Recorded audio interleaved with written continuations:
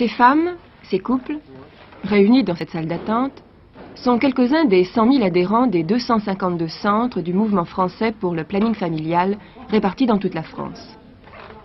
Il est la branche française d'une fédération internationale dont le centre est à Londres. Son but, contribuer à la prise de conscience de la responsabilité du couple devant la naissance d'un enfant. Le planning familial est un mouvement féministe et d'éducation populaire lancé il y a 60 ans. Celui-ci milite pour le droit à l'éducation à la sexualité, à la contraception, à l'avortement notamment. Il s'organise en réseau associatif partout en France. En Haute-Marne, un réseau existe depuis 20 ans, mais quelque peu ensommeillé ces dernières années, il fait son grand retour en 2023. On a beaucoup de sujets d'intervention. C'est vrai qu'on intervient prioritairement en milieu scolaire, auprès de publics ciblés.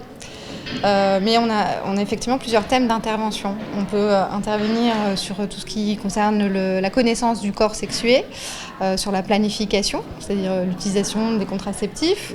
On fait de la prévention IVG. Et puis tout ce qui concerne aussi les identités de genre. On lutte contre l'homophobie, la transphobie, la biphobie. On essaie de promouvoir une culture de l'égalité et au travers des relations sexuelles. Pour son retour, l'association a pu compter sur la compagnie Azimut. Un spectacle était organisé par 2 artistes de la compagnie, 2 artistes sensibles aux questions et problématiques liées à la sexualité. L'idée vraiment du spectacle, c'est de proposer de parler de sexualité de façon amusante, drôle, décomplexée et en même temps respectueuse et pas pornographique. Et d'en parler vraiment. Voilà, et d'en parler vraiment, de dire vraiment les choses, de dire le nom des choses, mais sans que ce soit ni gênant ni pornographique.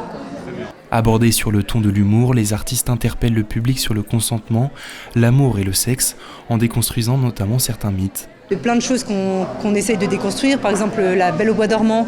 Voilà, le consentement dans la Belle au bois dormant, il n'y en a pas, et du coup on parle aussi de ça, de toutes ces choses qui sont véhiculées encore par la société et qu'on essaye un peu de questionner ou de déconstruire, quoi.